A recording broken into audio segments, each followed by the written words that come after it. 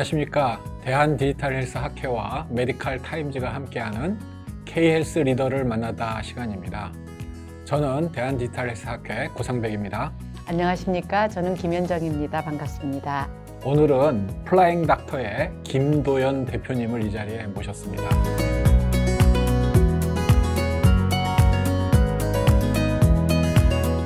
김 대표님, 먼저 자기소개 좀 부탁드리겠습니다.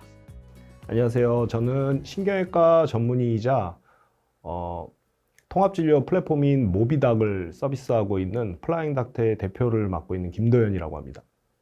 그러면 플라잉 닥터가 언제 창업하셨어요? 저희는 2021년 9월에 창업했습니다. 얼마 안 됐습니다. 한 3, 4년 전인데 그러면은 모비닥은 또 뭐예요? 모비닥은 이제 저희 플라잉 닥터에서 운영하는 이제 소프트웨어 앱 시스템이고, 이제 병원에서 사용하는 여러 가지 소프트웨어들, 뭐 진료 예약, 환자들에게 뭐 의학 정보를 전달하는 CRM, 여러 가지 스케줄러, 이런 프로그램들을 제공하는 일종의 통합진료 플랫폼이고요. 네. 저희가 이제 이 모비닥이라는 플랫폼을 기반으로 해서 이러한 여러 가지 헬스케어 라이프로그 데이터들을 모을 수 있는 하드웨어 제조업을 함께 진행을 하고 있습니다. 플라잉 닥터 내에서. 아, 그렇군요. 그러면 2021년에 창업하시고 그 다음에 이런 굉장히 조금 다양한 서비스가 한 번에 가능한 모비닥이 나오는데 시간이 얼마나 걸리셨어요? 저희는 사실은 조금 다른 서비스들에 비해서는 고도화가 빨리 진행이 된 건데, 네. 이제 그게 제가 직접 척추관절 병원을 운영하고 있고 테스트베드로 사용할 수 있는 병원을 저희가 병원이 또 하나가 아니라 두 개거든요. 그래서 네. 통증 클리닉, 외래 베이스의 통증 클리닉이랑 입원 수술 환자를 보는 병원이랑 두 개를 이제 운영을 하다 보니까 이 병원 내에서 테스트베드로 활용하다 보니까 서비스가 좀 빨리 고도화될 수 있는 장점이 있었습니다. 그럼 투자를 굉장히 많이 받으셨나 봐요. 투자를 많이 받지는 않았습니다. 어떻게 그게 가능할까요? 저희가 네. 오히려 투자는 의사분들에게 많이 받았고, 저희가 아까 말씀드렸듯이 단순히 플랫폼, 소프트웨어만 제공하는 것이 아니라 이것을 기반으로 저희가 하드웨어 제조업 기반의 어떤 비즈니스를 하고 있기 때문에 거기에서 이제 매출이 나기 때문에 저희는 투자 유치는 많이 하지 않고 회사를 운영하고 있습니다. 조금 더 한번 구체적으로 설명해 줬으면 좋겠는데, 통합 플랫폼이잖아요. 지금 말씀하신 거는 병원 내에 이제 다양한 서비스를 디지털화해서 제공하는 거에 더 추가로 뭐 다른 게 있나요? 통합 플랫폼이니까 한번 좀 구체적인 설명이 좀 필요할 것 같습니다. 제가 뭐 좀 구체적으로 시간을 들여서 설명을 드리면, 저희가 뭐 두 분이 다 너무 전문가시니까 저희가 헬스케어에서 사실은 모든 산업이 그렇지만 가장 중요한 것이 데이터인데, 이 데이터를 크게 저희 회사에서는 세 가지로 분류를 하고 있습니다. 첫 번째가 이제 의무기록. 의무기록은 이제 병원에서 환자가 진단받고 치료받은 내역들이고 이미 전자차트에 다 기록이 되어 있는 것들, 연동만 하면 되는 것들이고, 두 번째가 이제 헬스케어에서 가장 중요하게 생각하는 라이프로그 데이터. 일상생활 속에서 우리가 환자의 뭐 생체 변화나 이런 것들을 수집할 수 있는 라이프로그 데이터가 있고, 세 번째가 이제 뭐 유전 정보나 개인 맞춤형 정보들인데, 이 세 번째는 사실은 기술적인 문제로 저희가 좀 중장기 과제로 보고 있고, 교수님 말씀하셨듯이 첫 번째 이 의무기록과 관련된 부분, 이 부분은 이제 저희가 원내에서 활용되는 모든 소프트웨어를 제공하고 있기 때문에 모비닥 앱으로 이 데이터들이 인티그레이션 돼서 통합이 돼서 저희가 환자들에게도 제공되고 의사들에게도 제공되는 그러한 방식이고, 두 번째 이제 라이프로그 데이터를 저희가 수집을 하기 위해서 이것들을 저희가 라이프로그 데이터를 모을 수 있는 하드웨어들을 저희가 직접 제작을 하고 판매를 하는 방식을 저희가 고민을 하다가 이번에 이제 이유식이라는, 좀 약간 엉뚱하지만 제가 말씀드리기 좀 조심스러운 게, 이유식다 이러면 헬스케어 플랫폼이 왜 이유식을 하지 이렇게 많이 말씀을 하시는데 연관이 있습니다. 네. 그래서 저희가 이유식 사업을 시작하게 됐고, 오히려 이 이유식 사업이 정말로 헬스케어 플랫폼이 이유식 사업에 연결이 되면서 저희가 이러한 제조업을 해서 라이프로그 데이터를 모으는 것이 제대로 된 비즈니스 모델이 되겠다는 생각을 하게 돼가지고 더욱더 이 방향으로 사업을 좀 확장하고 있습니다. 그 아이디어는 사실 이 개인 투자 조합에 있는 주요 소아과 닥터들이 주신 거예요? 아니면 직접 저희가 이제 아이디어를 얻었는데, 네. 문제는 이제 이유식이라는 게 교수님 말씀하셨듯이 소아과 의사들과 연결이 될 수밖에 없고, 그분들의 어떤 지적인 재산, IP를 저희가 활용을 해야 되기 때문에 그분들이 있음으로 해서 저희가 이 사업을 구상을 하게 된 거죠. 아, 사실은 엄마들 사이에서 뭐 주문폭주 제가 그 얘기를 들었거든요. 네. 어떻게 된 거예요? 이렇게 광고하는 걸 제가 본 적이 없어가지고요. 네, 사실 저희가 이제 처음에 이유식을 시작했을 때 시장 조사를 했을 때 이유식 시장이 그렇게 크진 않습니다. 그런데 여러 업체들이 난립을 하고 있는데 대부분 업체들이 그냥 단순히 우리 이유식이 좋은 재료를 씁니다 수준의 이제 홍보를 하고 있고 그런 홍보를 통해서 저희가 차별화를 할 수는 없고 그리고 저희는 어쨌든 회사가 목표가 라이프로그 데이터를 수집하는 것이었기 때문에 저희가 이유식을 선택했던 제일 큰 이유 중에 하나가 아이들, 이유식을 먹는 아이들은 보통 24개월 미만의 영유아들이기 때문에 아이들의 라이프로그 데이터는 엄마가 기록을 하게 돼 있거든요. 그러다 보니까 굉장히 정확하게 기록을 하고 엄마들이 그러한 라이프로그 데이터를 편하게 기록할 수 있는 어떤 플랫폼이 있었으면 좋겠다는 니즈가 있다는 걸 저희가 파악을 해서 저희가 먼저 로아스밀 앱을 모비닥 앱과 연동돼서 로아스밀 앱을 론칭을 해서 소비자들에게 먼저 보여줬고 소비자들이 이제 거기서 여러 가지 성장 기록이나 아이의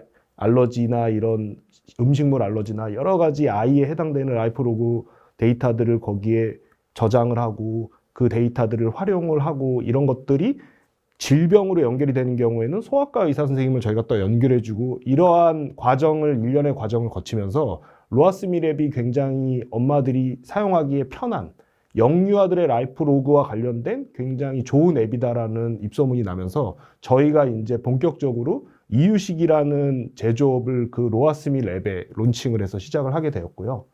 사실 뭐 구체적인 수치를 말씀드리긴 그렇지만 저희가 이제 본격적으로 시작한 지 1년 조금 넘었는데 처음에 시작했을 때보다 매출이 7배 정도 늘었습니다. 한 달에 몇 억씩 지금 팔리는 네, 거예요? 한 달에 월 매출이 지금 몇 억 단위입니다. 와. 네. 아니 요새 디지털 헬스 비즈니스가 굉장히 어렵잖아요. 근데 그 디지털 헬스 영역을 다른 영역과 융합해서 확장할 수 있는 어떤 것을 보여주는 거는 굉장히 의미 있는 거고 지금 보니까 디지털 헬스보다 오히려 거꾸로 이쪽이 더 매출이 높겠습니다.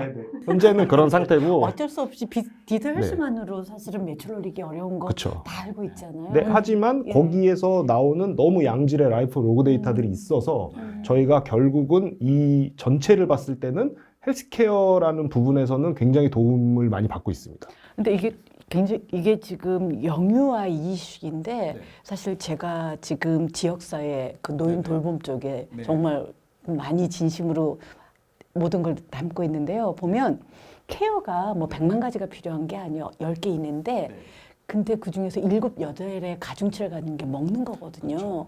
근데 어린애 이 먹이는 거나 어르신들도 이렇게 거꾸로 되지 않습니까? 맞습니다. 거의 비슷한데 그쪽으로 사업을 확장할 생각은 있으신가요?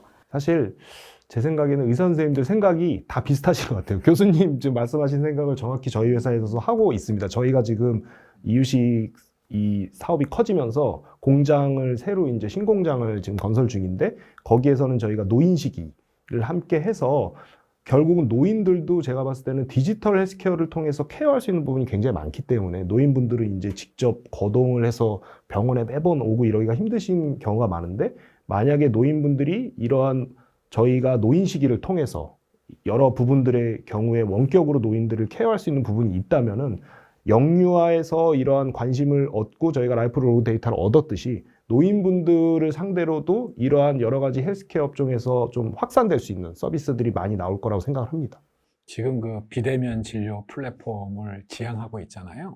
근데 국내에서 지금 현재 비대면 진료는 이렇게 쉽지가 않을 것 같고 그러면 해외 같은 데는 의미가 있을 것 같은데 해외에 뭐 특별한 비즈니스 모델이 있나요? 네, 저희는 이제 동남아시아 지역을 타겟으로 생각해서 이제 진출했고 첫 번째 국가로 이제 필리핀에서 이미 서비스를 론칭을 했습니다. 네. 조금 자세하게 네. 설명을 좀 해주시죠. 이제 저희가 처음에 이제 교수님 말씀하셨듯이 비대면 진료가 이제 국내에서는 법적으로는 이제 허용이 어느 정도 된 상태인데 이제 문제는 결국은 저희도 기업이기 때문에 비즈니스 모델이 필요한데 국내에서 이제 의료법상 비대면 진료를 통해서 뭔가 수익을 창출하기는 쉽지 않기 때문에 저희가 우리보다 수가가 높은 국가, 뭔가 비즈니스 모델을 창출할 수 있는 국가를 이제 검색을 많이 서치를 했는데 동남아시아에 있는 국가들, 뭐 필리핀, 베트남, 인도네시아 이런 국가들이 소득 수준은 우리보다 낮지만 의외로 의료비 지출은 저희와 비슷하거나 저희보다 높은 경우가 많아서 저희가 그중에서도 영어를 공용어로 사용하는 국가면은 저희가 앱 개발을 하기가 좀 더 편할 거라는 생각에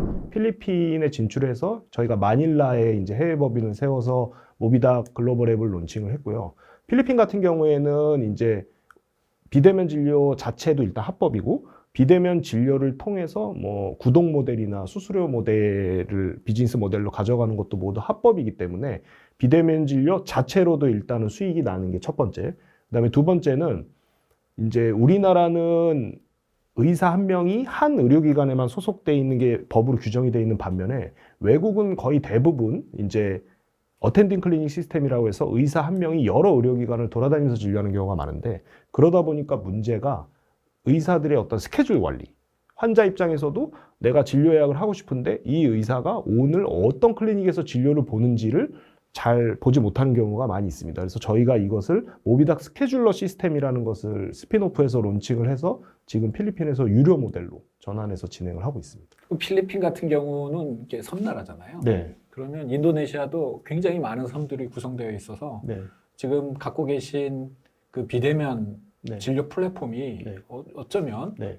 인도네시아에도 확장 가능성이 굉장히 높을 걸로 보이네요. 네, 맞습니다. 지금 교수님 말씀하셨듯이 저희가 가장 동남아시아의 여러 나라 중에서도 타겟으로 삼고 있는 나라가 필리핀, 인도네시아, 이제 베트남인데 일단은 이 세 나라가 인구가 가장 많고 1억 명 이상이고 그리고 이제 국민소득은 우리보다 낮기 때문에 국민소득이 낮기 때문에 어떤 선진 의료에 대한 한국 의료를 바라보는 시선이 약간 선진 의료라는 그런 인식이 있으면서 의료비는 비싸고 그리고 교수님 말씀하셨듯이 필리핀과 인도네시아는 굉장히 많은 섬으로 이루어져 있기 때문에 의료 접근성이 떨어지기 때문에 이러한 원격 의료 비대면 진료를 포함한 디지털 헬스케어에 대한 수요가 굉장히 높습니다. 그리고 베트남도 국토가 굉장히 크기 때문에 여러 오지에 있는 환자들이 있어서 그러한 환자들 같은 경우에는 인프라가 돼 있는 대도시의 의사들을 만나고 싶어하는 니즈가 있기 때문에 저희가 점차적으로는 이러한 인도네시아나 베트남으로도 사업을 확장할 생각입니다. 예, 마무리해야 될 것 같은데 우리 플랭 닥터가 디지털 헬스의 그 어떤 청사진을 보여주고 우리나라도 이런 디지털 헬스와 전통적인 의료와 접목이 돼서 잘 발전되기를 기대합니다. 발전을 꼭 하시기 바라고요. 다시 한번 뵙도록 하겠습니다. 네, 감사합니다. 감사합니다.